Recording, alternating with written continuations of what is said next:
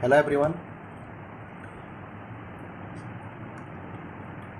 कल हम लोग क्या पढ़े थे? ओपन सिस्टम के बारे में पढ़ रहे थे। ओपन सिस्टम के बारे में पढ़ रहे थे किसके लिए? First law of thermodynamics.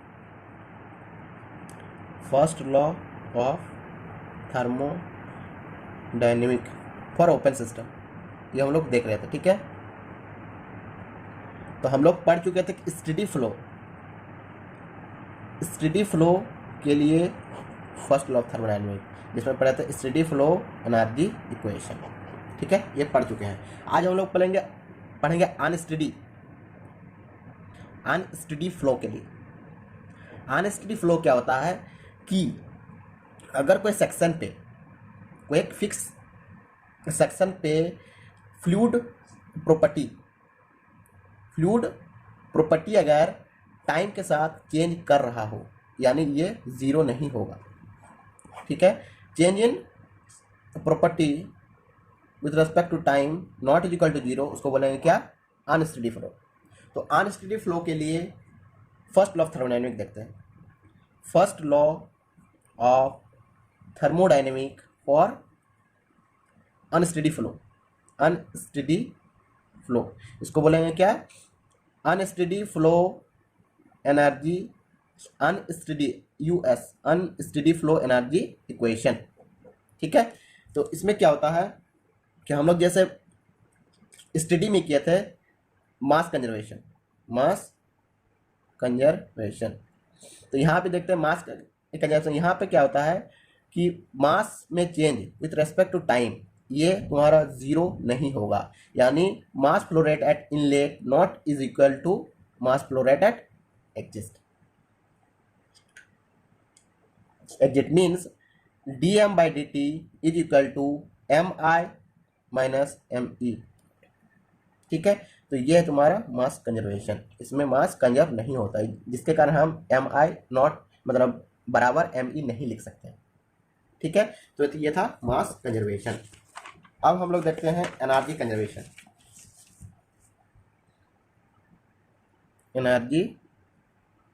Conservation. तो स्टडी के लिए था क्या? de by D T is equal to zero. उसी कारण से हम लोग का हो गया था क्या? h1 plus c1 square by two plus gz1 plus q is equal to h2 plus c2 square by two plus gz2 plus w, ये हुआ था। लेकिन अनस्टेडी के केस में क्या होगा? ये जीरो नहीं होता है, और ये अगर जीरो नहीं हुआ means de by D T is equal to हो जाएगा ये, जैसे स्टडी का दोनों ई था तो बराबर था, इसलिए जीरो हुआ था, ये माइनस ये। तो इसमें क्या हो जाएगा? m1 ले लो plus mc1 square by two plus mgz1 plus q। ठीक है, ये minus m2h2 plus mc2 square by two plus m2gz2 plus w, ये। ठीक है, तो अगर हम लोग काइनेटिक एनर्जी, पोटेंशियल एनर्जी सबको अगर हम जीरो लेके चलें तो क्या हो जाएगा? Finally de by D T is equal to m1h1 plus q minus m2h2 plus w, ये तुम्हारा हो जाएगा अनस्टेडी फ्लो एनर्जी इक्वेशन। इसी को बोला जाता है first law of thermodynamics for unsteady flow energy equation. ठीक है, अच्छा से नोट्स निकाल लेना, बनाने में काम आएगा। तो ये जो अनस्टेडी फ्लो एनर्जी है, ये ज़्यादा इंपॉर्टेंट नहीं है डिप्लोमा वालों के लिए, लेकिन थोड़ा सा एडवांस हम ये कर दे रहे हैं, बता दे रहे हैं, अगर कभी काम जरूरत पड़ेगा तो ठीक है, काम आ जाएगा। अब हम लोग देखते हैं अनस्टेडी फ्लो एनर्जी इक्वेशन का यूज कहाँ है। तो याद रखना कि कोई बोतल जो पहले फुल्ली एम्प्टी हो, और कोई टैंक ले लेते हैं जो पहले एकदम पूरी एम्प्टी, उसमें कोई गैस नहीं होगा। उस केस में हम अगर कोई क्या करेंगे कि अगर फ्लूइड पाइपलाइन के साथ अगर जोड़ देते हैं, जिसमें कुछ फ्लूइड फ्लो हो रहा होगा, जिसका इंथाल्पी HI, ठीक है, और ये पूरा पहले एम्प्टी था। अगर यहाँ पे भाग जो लगा हुआ है इसको खोल दिया जाए तो गैस क्या होगा, पूरा फुल हो जाएगा। और इस केस में इसका जो इंटरनल एनर्जी शुरू में कुछ नहीं था तो इंटरनल एनर्जी 0 था, और यू एफ मतलब फाइनल जो इंटरनल एनर्जी कुछ होगा। तो बोलता है जब हम लोग इस पॉइंट पर इस पॉइंट पे अनस्टेडी फ्लो एनर्जी इक्वेशन लगाएंगे तो फाइनली मिलता है U F is equal to H I. हम पूरा डेरिवेशन नहीं करेंगे, सिर्फ जो रिजल्ट यही जरूरी है। ठीक है, तो इसको अगर हम यू एफ को क्या लिख सकते हैं, सी भी टी एफ, और एच को क्या लिख सकते हैं हम लोग, सी पी टी आई। तो यहां से हम लोग क्या पता चला है, T F is equal to C P by C B. अगर इसको इधर कर देंगे तो गामा टी आई। ठीक है, तो ये है तुम्हारा रिजल्ट कि कोई भी फुल्ली एम्प्टी बोतल या फुल्ली एम्प्टी टैंक को अगर कोई पाइपलाइन से जोड़ दिया जाए तो उस समय क्या आपका रिलेशन मिलता है ये। तो इसमें फाइनल जो टेम्परेचर होगा गामा इंटू टी आई के बराबर होगा। तो इसको ध्यान में रखना है। ठीक है, तो हम लोग आज कुछ क्वेश्चंस करेंगे जो पहले first law of thermodynamics, heat transfer, work transfer सब पढ़ चुके हैं, उसके बारे में हम लोग देखेंगे। ठीक है, तो पहला क्वेश्चन देखो हम दे रहे हैं, जो जो थोड़ा बहुत बेसिक क्लियर है वो लोग बनाने की कोशिश करें। ठीक ना, तो देखो एक क्वेश्चन है, पहला question, 1 metre cube of air at pressure of 10 bar is allowed to expand freely. यहाँ पे एक टर्म दिख रहा है, फ्रीली एक्सपेंड हो रहा है, टू द वॉल्यूम 10 का पावर 3 मीटर का। तो वर्क डन क्या होगा, अगर फ्रीली एक्सपेंड हो रहा है मतलब कोई भी रेस्ट्रिक्शन नहीं है, नो रेस्ट्रिक्शन। अगर नो रेस्ट्रिक्शन है मीन्स उसमें कोई वर्क नहीं होगा। कहा कि जब तक कोई चीज में, जैसे हम लोग सिंपली एकदम सिंपल सोचो कि एगो कोई बड़ी है मास m, इसमें फोर्स लगा रहे, अगर यहाँ पे कोई तो रेस्ट्रिक्शन मतलब यहाँ पे मतलब रेस्ट्रिक्ट कौन करता है, फ्रिक्शन। अगर यहाँ पे फ्रिक्शन नहीं है मतलब यहाँ पे हमको जो भी फोर्स लगाना पड़ेगा एकदम 0 लगाना पड़ेगा। तो इस केस में वर्क 0 हो जाता है। इसीलिए अगर फ्रीली एक्सपेंड कर रहा है तो वर्क 0 हमेशा याद रखना है। ये नहीं कि यहाँ पे दिया हुआ है V1 minus V2 into P लगा के कर देना, निकाल देना, ऐसा नहीं होगा। तो इसमें क्या है, फ्रीली एक्सपेंड मीन्स वर्क 0। ठीक है, सेकंड क्वेश्चन देखते हैं। सेकंड क्वेश्चन देखो क्या है, in a cyclic process the heat transfer are 30 joule minus 50 joule minus 10 joule plus 60 joule, the net work for the cycle. तो हम लोग क्या जानते हैं फर्स्ट लॉ ऑफ थर्मोडायनामिक्स से कि कोई भी साइकिल में, ये किसके लिए, साइक्लिक प्रोसेस के लिए। तो साइकिल के लिए हम क्या जानते हैं कि net heat transfer is equal to net work transfer. तो ये सब क्या है, हीट ट्रांसफर दिया हुआ है, तो टोटल नेट जो हीट ट्रांसफर लिख लो, प्लस 30 माइनस 50 माइनस 10 प्लस 60। तो नेट हीट ट्रांसफर कितना हो गया, 60 प्लस 30 90 30, तो 30 जूल। और नेट जो हीट ट्रांसफर हुआ वही क्या होगा, नेट वर्क ट्रांसफर। तो नेट वर्क ट्रांसफर कितना हो गया, 30 जूल। ठीक है, आंसर ए। कोई दिक्कत। अब देखो question number third. Question number third देखो क्या बोला है, a cylinder filled with 2 kg of oxygen. एक कोई सिलेंडर है, ठीक है, मान लो ये सिलेंडर, इसमें 2 kg ऑफ ऑक्सीजन है, हीटेड एट कांस्टेंट प्रेशर, बोल दिया कि प्रेशर कांस्टेंट रहेगा। और टेम्परेचर कितना चेंज हो रहा है, 27 degree centigrade to 127 degree centigrade. तो heat supply is equal to, तो हम लोग क्या जानते हैं कि हीट सप्लाई, ठीक है, Q is equal to mCp delta T. ठीक है, ये नहीं जानते हैं, mCp डेल्टी, कांस्टेंट प्रेशर है तो Cp लिए।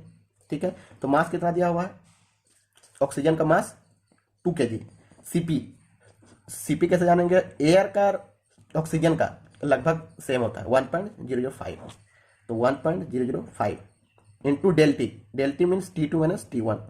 ठीक है, अगर चेंज है तो तुम जो सेंटीग्रेड में है, जैसे 127 डिग्री माइनस 27 यानी कितना 100 डिग्री सेंटीग्रेड चेंज है ये। अगर क्या तो चेंज कहीं पे अगर नहीं रहे तो हमेशा वहाँ पे केल्विन में पुट करना, लेकिन यहाँ पे चेंज है तो तुम सेल्सियस में भी पुट करके सेम आएगा। इसको अगर केल्विन में कन्वर्ट कर रहे फिर माइनस करेगा फिर भी सेम आएगा, इसलिए चेंज टेम्परेचर 100 है इंटू 100। तो फाइनली कितना है 200, पॉइंट कुछ आएगा तो देखो 201। ठीक है, कितना 201, कैलकुलेट कर लेना और खुद से ट्राई करो एक बार बनाने, उसके बाद हम जो जैसे बता रहे हैं अगर नहीं बन रहा है तो देख लो, नहीं तो खुद से ट्राई करो। ठीक है, अब क्वेश्चन नंबर 4 देखते हैं। क्वेश्चन नंबर 4, ठीक है। क्वेश्चन नंबर 4 क्या बोल रहा है कि एक gas is compressed in a cylinder by a movable piston. कोई एक सिलेंडर है, देखो ये सिलेंडर है, ये पिस्टन है, ठीक है। उसको कंप्रेस कर रहे हैं, ठीक है, कंप्रेस कर रहे हैं टू द वॉल्यूम। वॉल्यूम कितना कर रहा है, जो फाइनल वॉल्यूम जो है वो जो पहले का वॉल्यूम था ओरिजिनल का 1/2 original. During the process 300 kilojoule heat left the gas. यहाँ पे जो गैस है उसमें कितना हीट लेफ्ट किया है, 300 kilojoule. Internal energy remains constant. Internal energy बोल दिया मतलब चेंज इन इंटरनल एनर्जी 0। तो वर्क डन कितना होगा, जो हम लोग लगाए यहाँ इसको कंप्रेस किया तो कितना वर्क डन होगा। तो सबसे पहले हम कौन सा फॉर्मूला यहाँ पे यूज करेंगे, तो सबसे पहले दिख रहा है कि हीट का, यहाँ पे हीट का जो जरूरत है, मतलब हीट तो दिया हुआ है, इंटरनल एनर्जी बोल दिया कि 0 है और वर्क पूछ रहा है, मतलब फर्स्ट लॉ ऑफ थर्मोडायनामिक्स हम लोग को हीट, इंटरनल एनर्जी और वर्क का रिलेशन मिलता है। तो हम लोग क्या यूज करेंगे, फर्स्ट लॉ ऑफ थर्मोडायनामिक्स। तो डेल क्यू इक्वल टू क्या जानते हैं, D U plus del W. तो यहाँ पे बोल दिया सबसे पहले इंटरनल एनर्जी 0 मीन्स 0, तो del Q equal to del W बचा। तो यहाँ पे बोल दिया कि हीट लेफ्ट कितना है, 300 किलो जूल। इसका जो हीट यहाँ पे हो रहा है 300 किलो जूल, तो जो हीट है वही वर्क है, तो कितना हो जाएगा 300। यहाँ पे देखो कहाँ 300, आंसर डी, ठीक है। Question number 5, question number 5, an insulated box containing 0.5 kg of gas. एक इंसुलेटेड कोई बॉक्स है, ठीक है, उसमें क्या बोल रहा है 0.5 kg गैस है। उसका सीवी दिया हुआ है, जो गैस है उसका सीवी 0.98 किलो जूल पर केजी केल्विन दिया हुआ है, ठीक है। उसका बोल रहा है फॉल फ्रॉम ए बैलून। कोई एक बैलून है, मतलब ऊपर में है, ये मेरा जमीन है, ये ऊपर में एक बैलून में लटका हुआ है, ये बैलून है, ये कि कितना दूर में है, 4 किलोमीटर, बहुत ऊपर है, ठीक है, above the earth. The temperature rise the gas when box, अच्छा यहाँ से जो बॉक्स को गिराया जा रहा है, तो ये जमीन में जब हीट करेगा तो उस टाइम पे उसका टेम्परेचर में कितना राइज क्या करेगा, मतलब डेल टी निकालना है, ठीक है। तो कैसे निकाले, अगर कोई चीज जमीन से अगर ऊपर है, मतलब उसके अंदर में क्या है, पोटेंशियल एनर्जी। तो पोटेंशियल एनर्जी का फॉर्मूला जानते हैं mgh। ये जब टकराएगा टोटल एनर्जी कन्वर्ट होगा यहाँ, तो हम लोग जानते हैं mcv dt। यहाँ पे cv तुमको दिया हुआ है, और ये जब कंटेनर है, ये वॉल्यूम इसका चेंज नहीं कर रहा, जो कंटेनर उसका फिक्स्ड वॉल्यूम इसलिए cv लिया है, ठीक है। तो mgh equal to mcv dt, mm काट दो, g का कितना होता है वैल्यू 9.81 इंटू h कितना होता है 4 किलोमीटर, 4 इंटू 10⁻3।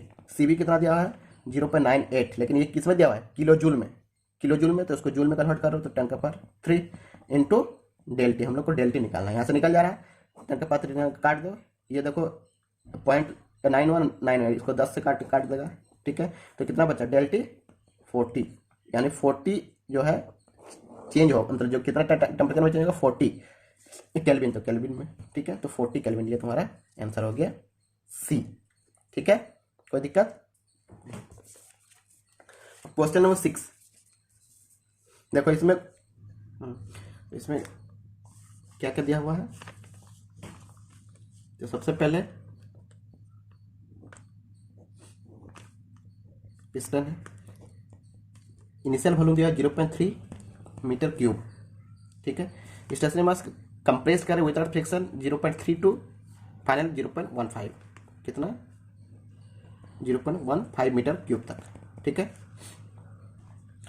और प्रेशर कांस्टेंट है, प्रेशर इज रिमेन्स कांस्टेंट, ठीक है। और प्रेशर का वैल्यू कितना दिया हुआ 0.105 MPa। और क्या बोल रहा है कि heat transfer from the gas, तो यहाँ पे क्या हो रहा है गैस से हो रहा है, गैस से मीन्स नेगेटिव, अगर गैस पर मतलब 2 अगर होता तो पॉजिटिव, तो यहाँ पे नेगेटिव कितना 37.6 किलो जूल। ये सब साइन बहुत इसमें ध्यान देना है, साइन अगर नहीं ध्यान देना तो गलत हो जाएगा। तो इसमें चेंज इन इंटरनल एनर्जी, तो यहाँ पे हम लोग देख रहे हैं कि प्रेशर वॉल्यूम का दिया हुआ है, तो यहाँ से वर्क आ जाएगा, वर्क इक्वल टू क्या होता है P V2 - V1 for constant pressure process, तो कितना होगा 0.105 MPa में दिया हुआ है, तो 10 का पावर कितना है 6 इंटू V2 - V1, तो 0.3 - 0.15, तो फाइनली कितना हो जाएगा 0.05 इंटू 10 का पावर 6 इंटू 0.15, ठीक है। ये तुम्हारा आ गया वर्क डन, जूल में है, ठीक है, ये वर्क डन आ गया। अब हम लोग क्या जानते हैं, first of all del Q is equal to D U plus del W. यहाँ से वर्क भी हमको मिल गया और क्यू भी यहाँ पे दिया हुआ है और डेल यू निकालना है। तो D U is equal to क्या हो जाएगा, तो del Q minus del W. ठीक है, तो यहाँ से क्या दिख रहा है, क्यू है -37.6 किलो जूल, तो इसको जूल में कर लो, 10 का पावर 3 कर लो। ठीक है, माइनस डेल डब्ल्यू, तो यहाँ पे क्या कर रहे हैं, कंप्रेस कर रहे हैं।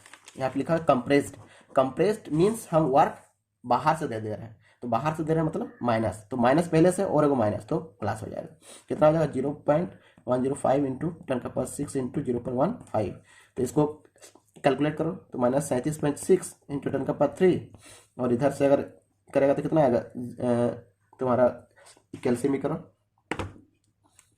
0.105 इंटू 10 का पावर 6 इंटू 0.15, तो आ रहा है कितना, 15.75 इंटू 10 का पावर 3 कर सकता है। 10 का पावर 3 का खत्म कर दो, यहाँ से फाइनली कितना आ रहा है, -37.6। ठीक है, तो -37.6 माइनस कितना, ये माइनस में प्लस है कि प्लस है ना, प्लस 15.75, तो कितना आ गया, -21.85। तो कितना नंबर ऑप्शन है देख लो, तो -21.85, तो कितना नंबर है, ए, ऑप्शन ए का। देखने में बहुत ये लग रहा है, बड़ा लग रहा है कि यहाँ से यहाँ तक इतना बड़ा कि कैसे सॉल्व करें, लेकिन कुछ नहीं है, फर्स्ट लॉ थर्मोडायनामिक्स है, कुछ नहीं। ठीक है, थैंक यू फॉर वाचिंग, और जो जो सब्सक्राइब नहीं किया वो सब्सक्राइब कर ले, ताकि जल्दी से उसके पास वीडियो पहुँच सके। ठीक है, थैंक यू।